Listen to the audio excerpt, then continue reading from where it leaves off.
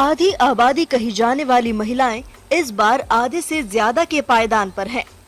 भारत में पहली बार पुरुषों के मुकाबले महिलाओं की संख्या ज्यादा हो गई है। राष्ट्रीय परिवार और स्वास्थ्य सर्वेक्षण के अनुसार देश में 1000 पुरुषों पर 1020 महिलाएं हो गई हैं। आजादी के बाद पहली बार ये रिकॉर्ड बना है जब पुरुषों की अपेक्षा महिलाओं की आबादी 1000 से ज्यादा हुई है।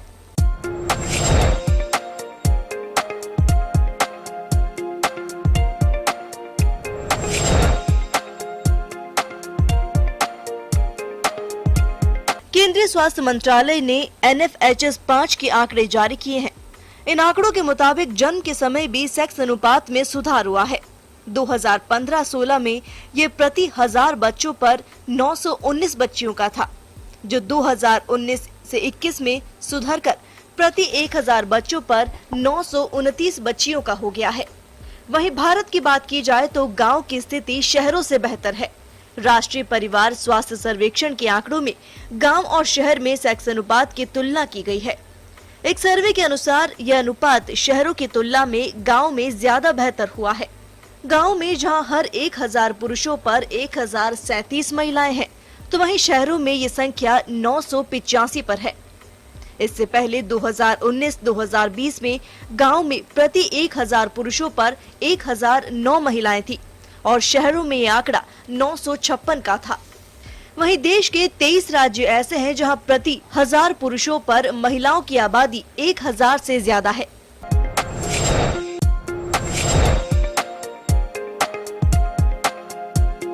एक सर्वे के अनुसार देश में प्रजनन दर में भी कमी आई है।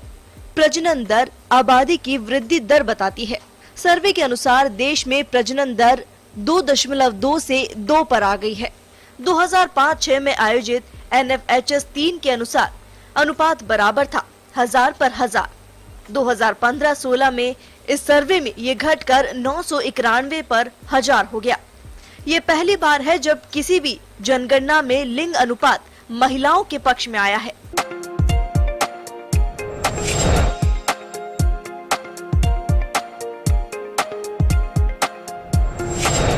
हालांकि संख्या में बढ़ोतरी एक सुखद स्थिति है, लेकिन भारत जैसे देश में जहां आधे से ज्यादा अपराध महिलाओं के प्रति हैं, जहां समाज पुरुष प्रधानता में जी रहा है, जहां महिलाओं के लिए सुरक्षित स्थान नहीं, जहां पुरुषों के मुकाबले महिलाओं की इज्जत नहीं, जहां महिलाओं के लिए टॉयलेट न हो, ऐसे में बड़ा सवाल ये है कि ऐसे इंफ्रास्ट्रक्चर में क्या संख्या बढ़ना स्थिति में सुधार ला पाएगा।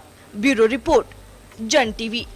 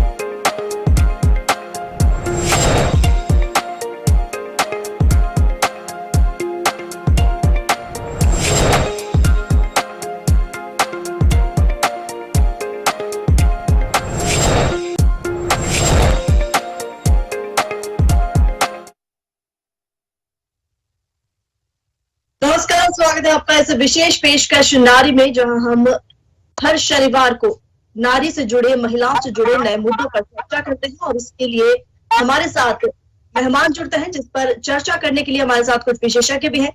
आज का मुद्दा, क्योंकि हाल ही में ये खबर सामने आई है कि महिलाओं की आबादी पुरुषों के अनुपात में आजादी के बाद पहली बार बढ़ी है। ये एक बड़ी खबर भारत के लिए है, सुखद खबर भी इसे कहा जा सकता है। लेकिन इस मुद्दे के साथ ही तमाम तरह के सवाल भी पैदा हो जाते हैं। उन सवालों के जवाब आज हम इस चर्चा में निकालेंगे, क्योंकि जो भी दर्शक है, जो महिलाएं हैं जो हमसे जुड़ी हैं, वो तरह तरह की अपनी जिज्ञासा व्यक्त करती है। तो आज बातचीत के लिए हमारे साथ मेहमान जुड़ चुके हैं। हमारे साथ उष्मा सचदेवा जी, सामाजिक कार्यकर्ता, जुड़ चुकी हैं। प्रतिष्ठा यादव कांग्रेस से हमारे साथ जुड़ चुकी हैं। निमिषा गौड़ बीजेपी से हमारे साथ जुड़ चुकी है। इसके साथ ही सारिका वर्मा डॉक्टर हमारे साथ जुड़ चुकी है। तो सभी गेस्ट का सबसे पहले तो स्वागत है कि आपने समय निकाला और इस महत्वपूर्ण मुद्दे के लिए बातचीत करने के लिए सब लोग तैयार हुए हैं। इस मुद्दे पर बात करें तो सबसे पहले महिलाओं का नाम आते ही अभी तक जहां अनुपात पर नजर जाती थी, तो वो फैक्टर अब कम हो गया है। सबसे पहले मैं जानना चाहूंगी उष्मा सचदेवा जी से कि क्या मानती हैं कि महिलाओं की आबादी के अनुपात में बढ़ोतरी होना, इसे आजादी के इतने साल लग गए और क्या फैक्टर महत्वपूर्ण रहा? क्या एजुकेशन मानी जा सकती है या फिर इसे जनरेशन के लिए माना जाए कि नई पीढ़ी जो है इसलिए महिलाओं की संख्या में बढ़ोतरी हुई है?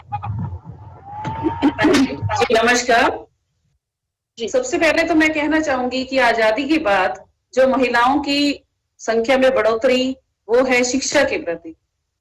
जैसे जैसे विकास होता गया, महिला जागरूक होती गई और शिक्षा के प्रति जो हमारा झुकाव होता गया, रुझान बढ़ता गया, तो उससे मैं समझती हूँ कि सबसे बड़ा फैक्टर यही है महिलाओं की जो जागरूकता का, वो है हमने जो बच्चियों को शिक्षित किया, उनको जागरूक बनाया, उनको उनके क्षेत्र में किस तरह से आगे बढ़ना है, किस तरह से अपना हक लेना है, चाहे वो किसी भी फील्ड में हो, नौकरी में हो, किसी भी तरह का। आजकल आप देख रहे हैं कि सेना में भी उन्होंने अपना पूरा हक ले लिया है। तो मैं समझती हूँ कि सबसे बड़ा फैक्टर शिक्षा ही है और मेरा जो काम है वो शिक्षा के प्रति है, महिलाओं को, बच्चियों को जागरूक करना, ताकि कोई महिला बच्ची जो शिक्षित होगी वही आगे जाके कुछ कर सकेगी। जी, तो शिक्षित और शिक्षा को ये फैक्टर माना जा सकता है कि महिलाओं की जागरूकता नजर आई है और इसीलिए अनुपात में बढ़ोतरी हुई है। वहीं बात करें महिलाओं की, तो महिलाओं की संख्या बढ़ना क्या स्थिति में सुधार का संकेत हो सकता है? ये एक बड़ा सवाल जहन में होगा, क्योंकि महिलाएं लगातार बढ़ रही हैं, लेकिन महिलाओं के साथ उनकी सुरक्षा की स्थिति को लिया जाए या फिर तमाम अपराध लिए जाए, समाज में उनके प्रति उनकी सोच को लिया जाए, समाज की सोच को लिया जाए, पुरुष प्रधानता का मुद्दा लिया जाए, ये तमाम फैक्टर है जो महिलाओं की स्थिति को कह सकते हैं कि डिफरेंस पैदा करते हैं एक महिला और पुरुष में।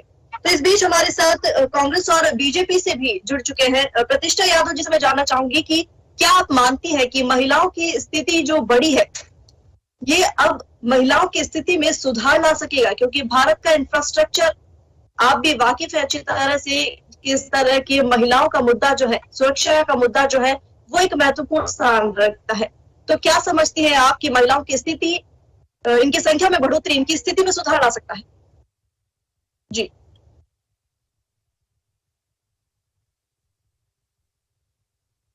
आपकी आवाज हम तक नहीं पहुंच पा रही है प्रतिष्ठा जी, आप अपना माइक ऑन कीजिए। जी,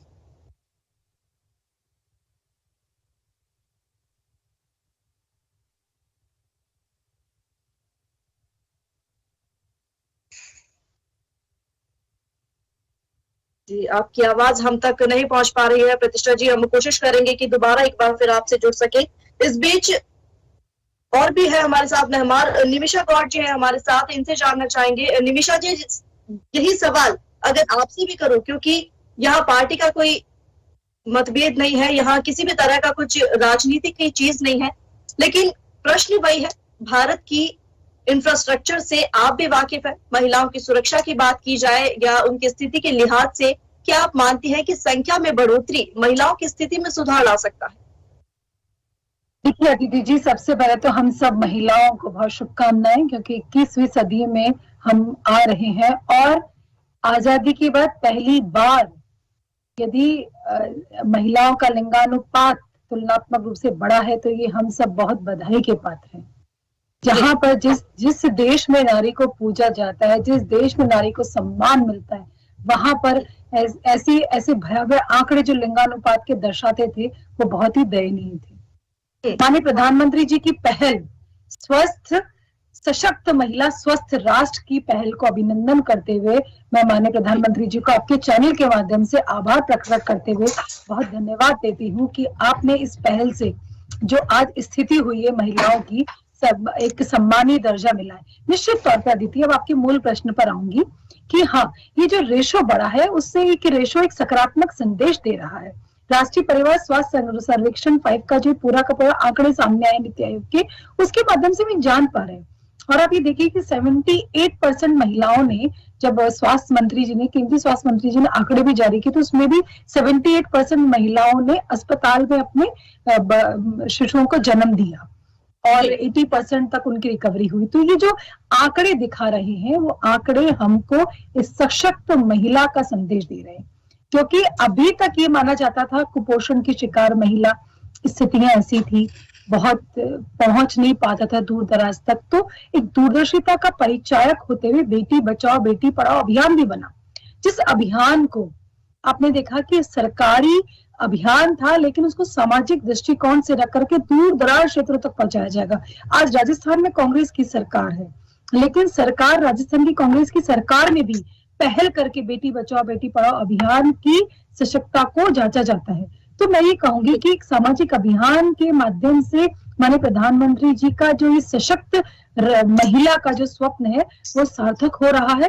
अब एक कदम आगे बढ़ने वाली बात ये है कि अब हम सबको मजबूती से इसको और इस पहल को, इस सशक्तता की ओर आगे बढ़ाना होगा। जी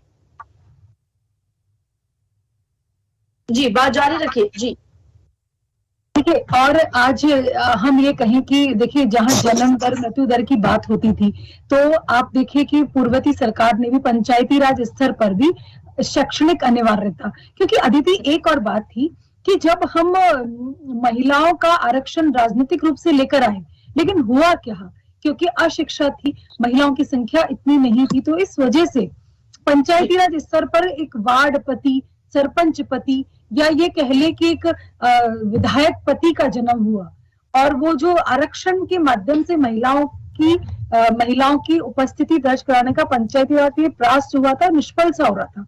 लेकिन जब शैक्षणिक अनिवार्यता पूर्ववर्ती सरकार ने की तो पढ़ी लिखी महिला जब सरपंच बनने के लिए रिजर्व्ड हुई कि पढ़ी लिखी महिला ही चुनाव में पार्टिसिपेट करेगी, तो उसके दूरदृष्टि परिणाम हुए।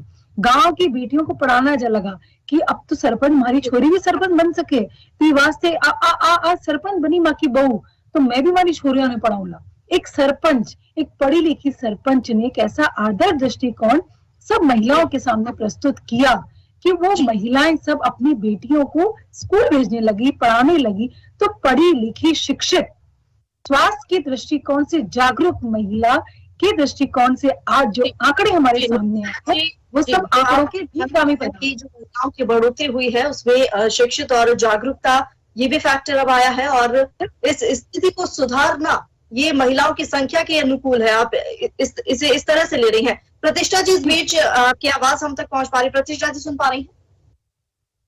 जी प्रतिष्ठा जी, सवाल वही है क्योंकि निमिषा जी ने अपना रखा ओपिनियन, आपसे जानना चाहेंगे कि क्या आप भारत को इतना मजबूत मानती हैं कि महिलाओं की स्थिति में यदि संख्या में अगर बढ़ोतरी हुई है तो क्या भारत अभी इतना मजबूत है कि महिलाओं की स्थिति में सुधार ला सकेगी ये संख्या? मैं ये मानती हूँ कि निश्चित रूप से महिलाओं की स्थिति पहले से काफी सुधरी है, इसमें कोई डाउट नहीं है, लेकिन जितनी सुधरी हो पर्याप्त नहीं है। इस पर और भी ज्यादा काम करने की जरूरत है। जैसे कि निमिषा जी ने कहा कि राजस्थान सरकार ने भी बेटी बचाओ बेटी अभियान चलाया और आपको ध्यान होगा कि स्वर्गीय श्री राजीव गांधी जी ने, पूर्व प्रधानमंत्री ने भी उन्होंने ये चीज का लेके आए थे कि पंचायत राज में महिलाओं को 50% आरक्षण मिले। ये उनका ही एक सपना था और यूपीए गवर्नमेंट ने इसको लागू भी किया। और उसके बनिस्बत बिल्कुल मैं मानती हूँ कि जिस तरह से हमें आरक्षण मिला पंचायत राज में, तो उससे निश्चित रूप से महिलाओं की स्थिति कुछ हद तक सुधरी है, लेकिन जितनी सुधरी है वो पर्याप्त नहीं मैं मानती, क्योंकि इसमें और बहुत ज्यादा सुधार की गुंजाइश है। और महिलाओं को, जो हमारी महिलाएं हैं, निमिषा जो बात कर रही थी कि निमिषा जी जो कह रहे थे कि भाई कुपोषण का इसमें इतना मुझे नहीं लगता कि इतना ज्यादा हुआ होगा। अगर आप ग्रामीण अंचल में जाकर देखें, वहां रहें, तो वहां बहुत ज्यादा कुछ नहीं बदला है। जो भी बदलता है मोस्टली आंकड़ों में ही बदलता है। हकीकत में इसमें कहीं ना कहीं पीछे रह जाती है, महिलाओं का नंबर आता है। क्योंकि जो सरपंच महिला है वहां पर भी आज भी हम देखते हैं कि सरपंच पति ही सरपंच का दायित्व निभाता है। लेकिन मैं मानती हूँ कि आरक्षण मिलना चाहिए, क्योंकि उसी की बनिस्बत पहले से और अब में काफी सुधार आया है। तो ये इस चीज का धीरे धीरे जो पंचायत राज में जो आरक्षण मिला महिलाओं को, उसका थोड़ा थोड़ा बेनिफिट इसमें मिला है। दूसरा एक चीज मैं आपसे जानना चाहती हूँ, क्योंकि हमें लिंगानुपात का विशेष तौर पर जब हम डोर टू डोर सर्वे करते हैं, जनगणना करते हैं, उसके बाद हमें डाटा मिलता है। तो ये डाटा कहाँ से आए कि अचानक से जो ये रेशो जारी किए गए, क्योंकि जनगणना तो अभी हुई नहीं है। तो ये मैं आपसे जानना चाहती हूँ कि इस तरह के जो डाटा पेश किए गए हैं वो किस आधार पर किए गए हैं कि महिलाएं सशक्त, मतलब लिंगानुपात में महिलाओं का संख्या बढ़ी है।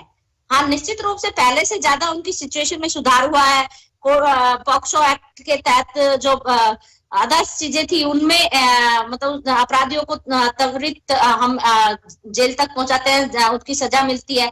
तो बहुत सारी चीजों में सुधार हुआ है, लेकिन अभी इसके अंदर और भी बहुत ज्यादा काम करने की जरूरत मैं महसूस करती हूँ एक महिला होने के नाते।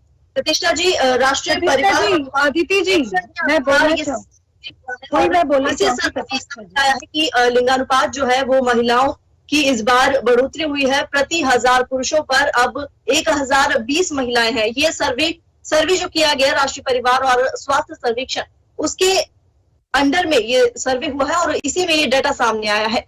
इस बीच हमारे साथ और भी मेहमान जुड़े हैं, हमारे साथ डॉक्टर सारिका भी जुड़ी हैं, क्योंकि महिलाएं हैं तो एक हेल्थ फैक्टर सबसे ऊपर आ जाता है। एक डॉक्टर के लिहाज से सारिका वर्मा जी, आपसे जानना चाहूंगी कि किस तरह से महिलाओं की स्थिति जो बढ़ रही है, क्या हमारी हेल्थ इंफ्रास्ट्रक्चर या हमारे बात करें हॉस्पिटल्स की या फिर हम मेडिकल जो भी फैसिलिटीज है, वो भारत की इतनी सशक्त है कि महिलाओं को अब किसी तरह की हिचकने की जरूरत नहीं है, किसी तरह की डर की जरूरत नहीं है। क्या स्थिति में संख्या में सुधार हो जाना है, क्योंकि इंफ्रास्ट्रक्चर को भी बदलना होगा।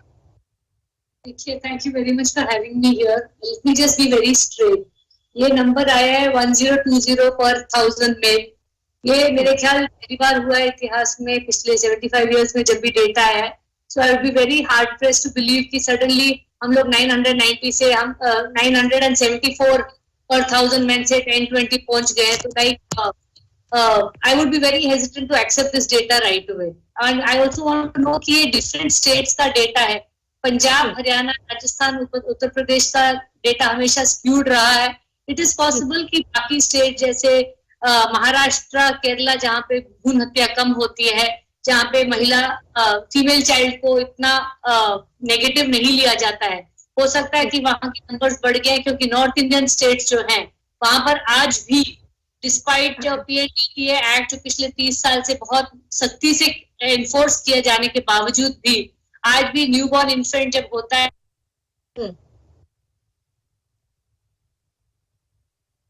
जी, इस बीच हमारा कनेक्शन टूट गया है। डॉक्टर सारिका वर्मा से एक बार हम जी अपनी बात जारी रखें। जी जी, तो अगर हमने कई बार देखा है एज ए डॉक्टर, मैं भी बताऊं, 10 मिनट पहले अभी एक लेडी मेरे यहाँ से कपल बाहर से निकल के गया है, उसके हस्बैंड ने थप्पड़ मारा, कान के पर्दे में छेद हो गया।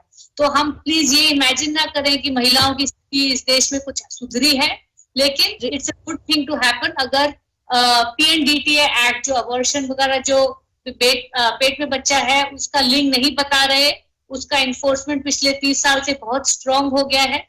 जिसकी वजह से ज्यादातर सेंटर्स में कोई भी डॉक्टर नहीं बताता है, उसकी वजह से डेफिनेटली ये नंबर्स बढ़ सकते हैं। लेकिन ये हम ना सोचे कि महिला सशक्तिकरण हो चुका है, वो बिल्कुल नहीं हुआ है। आज भी बहुत ज्यादा काम करने की जरूरत है। अपने घर में जब तक आप बेटे और बेटी में फर्क नहीं करेंगे और बहू और बेटी को सेम दर्जा नहीं देंगे, आप आज प्रॉपर्टी के उसमें देख लीजिए, अगर वहां पे 3 men to 1 female के नाम पर प्रॉपर्टी है, कई इक्वालिटी दूर दूर तक नहीं है। और डाउरी लॉज जिस तरह मिसयूज हो रहे हैं, उसकी वजह आप आज भी देखेंगे तो ज्यादातर घरों में बेटी की शादी के लिए दहेज इकट्ठा किया जाता है। बहुत कम परिवार हैं जहां पे दहेज नहीं दिया जाता है। दहेज प्रथा को बंद करना पड़ेगा। हमें एज ए जनरेशन अपनी बेटियों को सशक्त बनाना पड़ेगा, तभी जाके कुछ फर्क पड़ेगा, वरना सिर्फ नंबर से मुझे नहीं लगता कि सशक्तिकरण हो रहा है। जी, तो नंबर को आप फैक्टर नहीं मानती हैं कि इनकी स्थिति में सुधार आएगा। तो लेकिन जिस तरह की बात आपने की है कि नॉर्थ इंडियन स्टेट्स में ये डाटा जो है वो आप हेजिटेंट हो रही हैं, इसे मानने में आपको नहीं लग रहा है कि ये सही है। तो आपको बता दूं कि इस सर्वे के अनुसार, जो भी ये सर्वे सामने आया है, इसमें ये भी बताया गया है कि 23 ऐसे राज्य हैं जहां महिलाओं की स्थिति में सुधार हुआ है और उसमें राजस्थान का भी नाम है। तो राजस्थान में बात करें तो 1009 लेडीज महिलाओं का अनुपात यहाँ पर बताया गया है, और बाकी हरियाणा और झारखंड और छत्तीसगढ़ ये कम है, लेकिन राजस्थान में 1009 महिलाएं यहाँ बताई गई हैं। इस बीच उष्मा जी हमारे साथ है। उष्मा जी, सभी की बात आपने सुनी और जो मुद्दे थे वो भी सामने आए कि दहेज प्रथा भी है और ग्रामीण परिवेश में जिस तरह से महिला जी रही है वो भी सामने है। क्या फैक्टर आप मानते हैं कि ये सारे तमाम मुद्दे हैं? अगर हालांकि डॉक्टर सारिका वर्मा तो सही नहीं मान रही है, लेकिन यदि इस सर्वे की बात की जाए, सही माना जाए और कहा जाए, तो आप क्या फैक्टर मानती हैं कि ये संख्या में सुधार हुआ है? जी अदिति जी, संख्या में सुधार हुआ है, ये बहुत बड़ा फैक्टर है और ये सच्चाई भी है, क्योंकि मैंने अपने आसपास देखा भी है। और दूसरी बात डॉक्टर सारिका वर्मा की, जहां तक महिला सशक्तिकरण का सवाल है, वो मैं अपने सामने देखती हूँ कि काफी हद तक मेरे यहाँ बहुत ज्यादा बड़ा है। देखो, जो बहुत ज्यादा दूर दराज के इलाके हैं वहां पे मैं मानती हूँ कि थोड़ा सा भी कम है, लेकिन जागरूकता वहां पर भी आई है। और दूसरा, महिलाओं के, जहां मैंने पहले बोला कि महिला जहां शिक्षा में आगे बढ़ रही है तो जागरूकता आ रही है। एक महिला क्या है, जो बच्ची है वो विवाह के बाद 2 परिवारों को संभालती है। तो जो भी दहेज प्रथा है या आने वाली जो कुरीतियां हैं उनको दूर करने का सबसे बड़ा काम कौन करेगी? एक महिला ही करेगी। अगर महिला पढ़ी लिखी है तो वो अपने आप में जागरूक होके अपने पूरे परिवार को जागरूक बना सकती है। मैंने अभी रिसेंटली 2-3 मैरिज ऐसी देखी हैं जहां सिर्फ 1 रुपए में शादी की है। दोनों परिवार बिल्कुल सहमत थे कि हमने कोई आलतू फालतू खर्च नहीं करना और 1 रुपया भी नहीं लेना, हमने जो आपकी बेटी आ रही है वो हमारी बेटी है। और ऐसे परिवार भी देखे हैं जिन्होंने कि बेटी, बहू को बेटी की तरह ही बिल्कुल रखा हुआ है। वही बहू क्या है, अपने देवर को अपना भाई समझकर टीका भी करती है। और उसको देखकर मुझे बहुत अच्छा लगता है कि हमारे समाज में कितना जागरूकता आई है, कितना आगे बढ़ा है।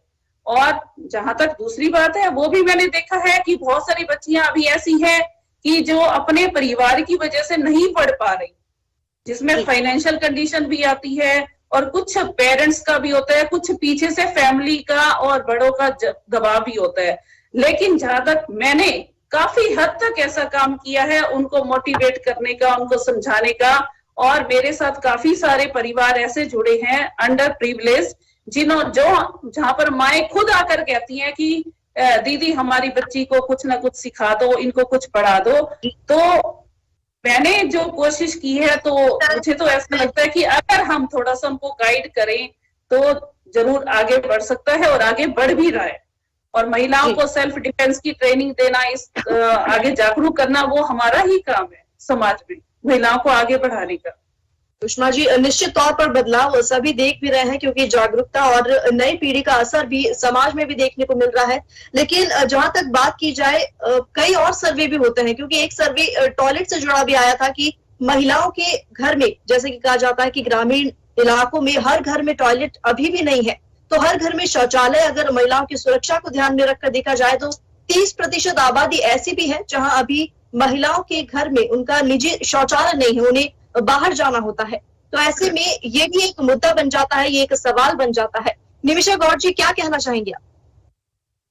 अदिति जी, जिस तरह से आजादी के 75वें वर्ष में हम लोग प्रवेश कर रहे हैं और 2014 के बाद देश की स्थितियों को संभालने के प्रयासों में स्वस्थता और स्वास्थ्य को भी देख करके जो एक नव निर्माण की प्रक्रिया प्रारंभ की गई, उसमें ये स्वास्थ्य का बड़ा दृष्टिकोण था। शौचालयों का निर्माण भी एक अभियान बना करके किया गया और उससे निश्चित तौर पे महिलाओं के स्वास्थ्य पर असर हुआ है।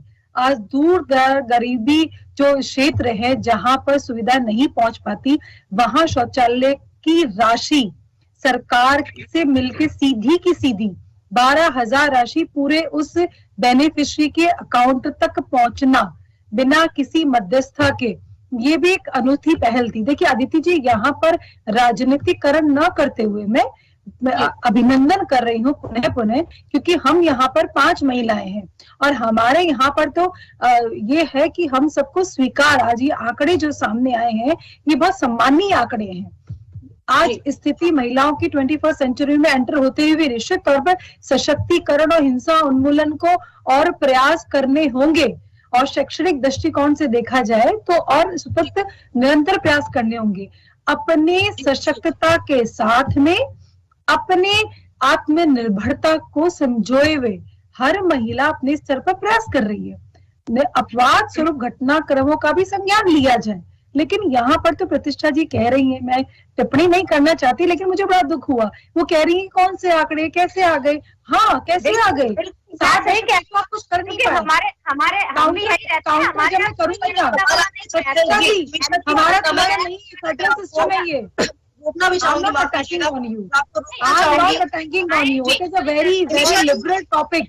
मैं आपको यही कहना चाह रही हूँ कि हम संज्ञान रखें कि समय की कमी है और समय हमारे पास बेहद कम है, मौका भी हमने आपको दिया, लेकिन जिस तरह का सवाल आप खड़ा कर रही हैं कि हेजिटेंट है अभी भी सर्वे को स्वीकार करने में, तो ये सवाल सभी के जहन में भी हो सकता है कि अचानक से ये वृद्धि कैसे नजर आई है जो अब तक बहुत पीछे था।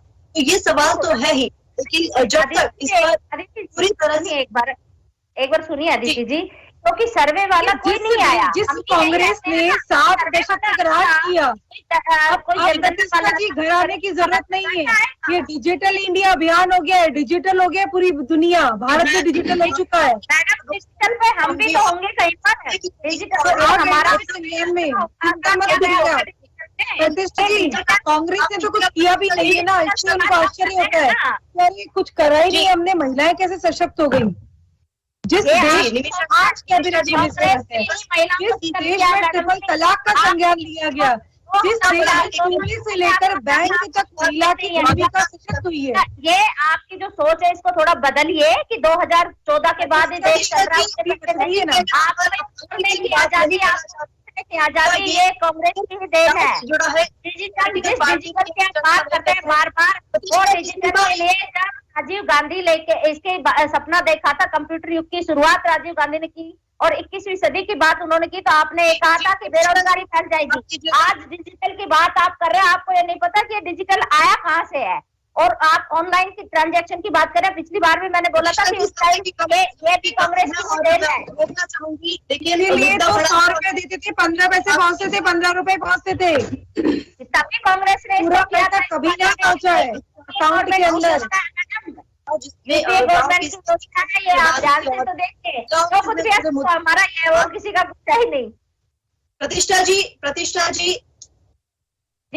जी माफी चाहूंगी क्योंकि समय की कमी है और मैं सभी को धन्यवाद भी कहना चाहूंगी कि आपने अपना समय निकाला और इस चर्चा में जुड़े और इसे राजनीति से न जोड़ते हुए एक मुद्दा महिलाओं से जुड़ा यही है कि महिलाओं की स्थिति क्या और सुधार ला सकती है। ये तो देखने वाली बात होगी, ये वक्त ही बताएगा, लेकिन फिलहाल ये सुखद खबर भारत के लिए मानी जा सकती है कि यदि अचानक भी महिलाओं का अनुपात बढ़ा है तो भी ये एक अच्छी बात है, क्योंकि हो सकता है कि इससे महिलाओं की संख्या को देखते हुए अपराधों में कमी नजर आए। बहरहाल इस विशेष चर्चा में फिलहाल इतना ही। हर शनिवार नारी में मैं अदिति आपके साथ एक नए मुद्दे को लेकर फिर हाजिर होंगी। तब तक के लिए नमस्कार।